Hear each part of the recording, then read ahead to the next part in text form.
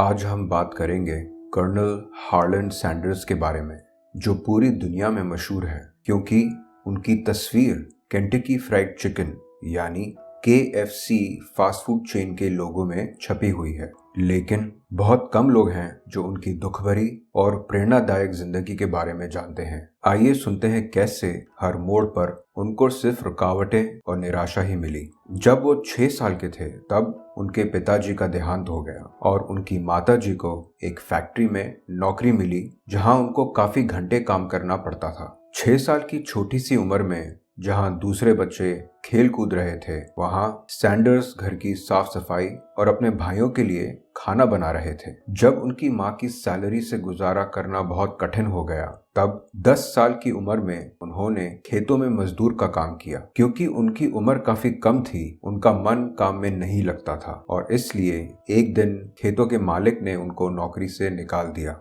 2 साल बाद 12 साल की एज में उन्होंने और भी कठिनाइयां देखी जब उनकी मां ने दूसरी शादी कर ली। सैंडर्स के सौतेले पिता के मन में इन बच्चों के लिए प्यार कम और नफरत ज्यादा थी, इसलिए घर में बहुत झगड़े होने लगे और एक दिन सैंडर्स को मजबूरन घर छोड़कर जाना पड़ा। वो अपने 2 छोटे भाइयों के साथ एक रिश्तेदार के घर में रहने लगे और उनको पालने के लिए एक बार फिर उन्होंने खेतों में मजदूर का काम किया। सिर्फ 12 साल की उम्र में वो सुबह 5 बजे उठकर जानवरों को चारा डालते, फिर तैयार होकर स्कूल जाते और दोपहर में आकर फिर से खेतों में शाम तक काम करते। अपने छोटे भाइयों का पेट पालने के लिए उन्होंने बहुत संघर्ष किए और कुर्बानियां भी दी। वैसी ही एक कुर्बानी उनको 13 साल की उम्र में देनी पड़ी जब उनको स्कूल से निकाल दिया गया, क्योंकि खेतों में काम करने के कारण वो अपनी पढ़ाई पर ध्यान नहीं दे पा रहे थे। सैंडर्स ने 3 साल और खेतों में काम किया, लेकिन कम पगार से अब उनका गुजारा नहीं हो पा रहा था। इसलिए 16 साल की उम्र में उन्होंने अमेरिका की आर्मी ज्वाइन करने का निश्चय लिया। जब उनको पता चला कि आर्मी ज्वाइन करने के लिए उनकी उम्र कम है, तो उन्होंने एप्लीकेशन के कागजात में झूठी जन्म की तारीख लिख दी और भर्ती हो गए। 1 साल के भीतर आर्मी को उनकी असली उम्र का पता चल गया और उनको डिस्चार्ज कर दिया गया। एक इंसान जिसने बहुत ही छोटी सी एज में सिर्फ कठिनाइयां ही देखी, उनकी लाइफ में अगले 23 साल भी सिर्फ संघर्ष और असफलता ही लिखी थी। इन 23 सालों में उन्होंने बहुत सी नौकरियां की, जैसे रेल की पटरियां लगाने की मजदूरी, bus conductor, tyre salesman, steam boat operator, insurance salesman और कुछ टाइम के लिए उन्होंने वकील का भी काम किया। लेकिन किसी भी फील्ड में उनको सफलता नहीं मिली। 1924 में जब वो 34 साल के थे, उनकी मुलाकात स्टैंडर्ड ऑयल ऑफ केंटकी के मैनेजर से हुई, जिन्होंने उन्हें एक पेट्रोल पंप स्टेशन चलाने का ऑफर दिया, जिससे सैंडर्स ने तुरंत एक्सेप्ट कर लिया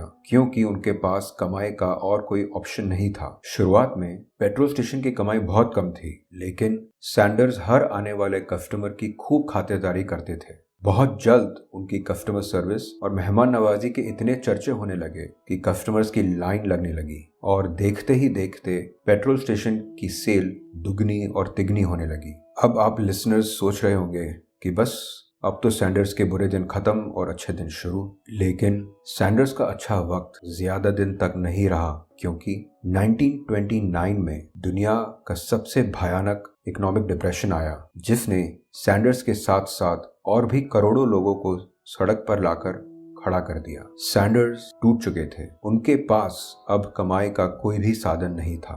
1930 में उनको एक छोटी सी उम्मीद की किरण नजर आई जब शेल ऑयल कंपनी ने सैंडर्स का एक्सपीरियंस देखा और उनको एक पेट्रोल पंप स्टेशन चलाने का ऑफर दिया जो एक हाईवे पर था। सैंडर्स जानते थे कि हाईवे पर पेट्रोल पंप स्टेशन चलाना और उसमें से अच्छा मुनाफा निकालना बहुत मुश्किल होता है, लेकिन कोई और रास्ता न होने के कारण उन्होंने ये ऑफर को एक्सेप्ट कर लिया। कुछ सालों तक पेट्रोल स्टेशन की कमाई बहुत कम थी। सैंडर्स समझ गए कि सिर्फ पेट्रोल बेचने से काम नहीं चलेगा, इसलिए उन्होंने वहां आने वाले कस्टमर्स को अपने हाथों से बनाया हुआ खाना बेचना शुरू किया, जिसमें उनकी सीक्रेट रेसिपी से बना हुआ फ्राइड चिकन बहुत मशहूर होने लगा। इतना मशहूर कि देखते ही देखते दूर दूर से लोग वहां पेट्रोल के लिए नहीं बल्कि उनके हाथ के बने फ्राइड चिकन खाने के लिए आने लगे। कहा जाता है कि उनके पेट्रोल स्टेशन के पीछे बने हुए छोटे से किचन के सामने कस्टमर्स की लंबी लंबी लाइन लगती थी, जो ठंड हो या कड़कती हुई धूप लंबे समय तक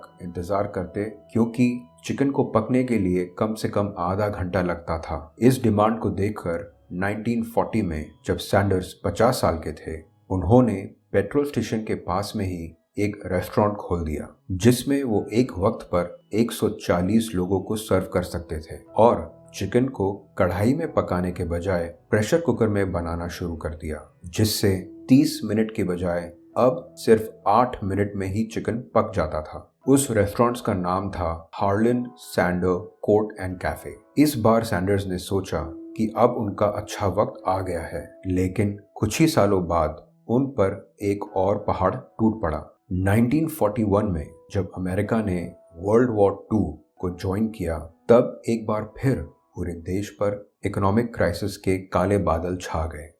पर्ल हार्बर पर अटैक होने के बाद बहुत से लोगों के मन में डर बैठ गया और उन्होंने घरों से निकलना ही बंद कर दिया, और देखते ही देखते एक बार फिर सैंडर्स का बिजनेस डूब गया। 1942 में मजबूरन उनको रेस्टोरेंट बंद करना पड़ा।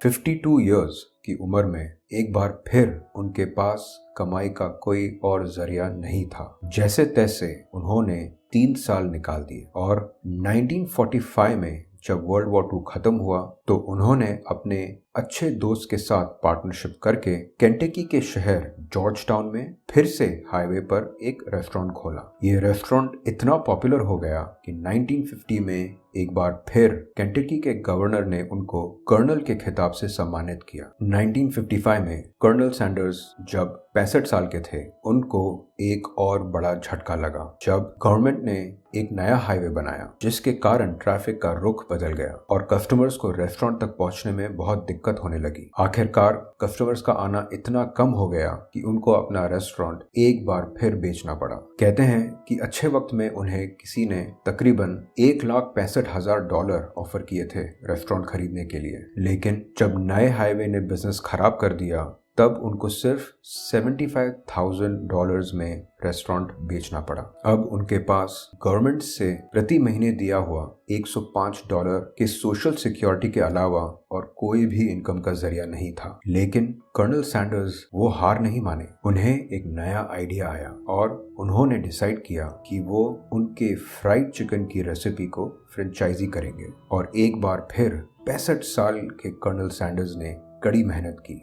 वो अपनी गाड़ी में खुद का प्रेशर कुकर और चिकन लेकर अमेरिका के अलग अलग शहरों में जाते और रेस्टोरेंट के मालिक से कहते कि मैं एक लजीज फ्राइड चिकन बनाऊंगा आपके लिए। अगर आपको मेरा चिकन डिश अच्छा लगे तो आप मुझसे इसकी रेसिपी फ्रेंचाइज कर सकते हैं। एक इंटरव्यू में उन्होंने बताया कि शुरुआत में कितनी रातें वो गाड़ी में ही सोते थे, क्योंकि किसी सस्ते होटल में रहने के भी पैसे उनके पास नहीं थे। ऐसा करते करते 8 साल गुजर गए और उन्होंने पूरे अमेरिका में तकरीबन 600 से भी ज्यादा रेस्टोरेंट्स को अपनी चिकन की रेसिपी बेच डाली। अग्रीमेंट के अनुसार हर चिकन के ऑर्डर पर कर्नल सैंडर्स को 4 सेंट मिलते थे और ऐसे केंटकी फ्राइड चिकन कॉर्पोरेशन का जन्म हुआ। 1964 में 73 साल के कर्नल सैंडर्स ने अपना बिजनेस दूसरी कंपनी को $2 मिलियन में बेच दिया, जो आज के हिसाब से तकरीबन $16 मिलियन होते हैं। उन्होंने अग्रीमेंट में ये शर्त रखी कि KFC के लोगो पर उनका ही चेहरा रहेगा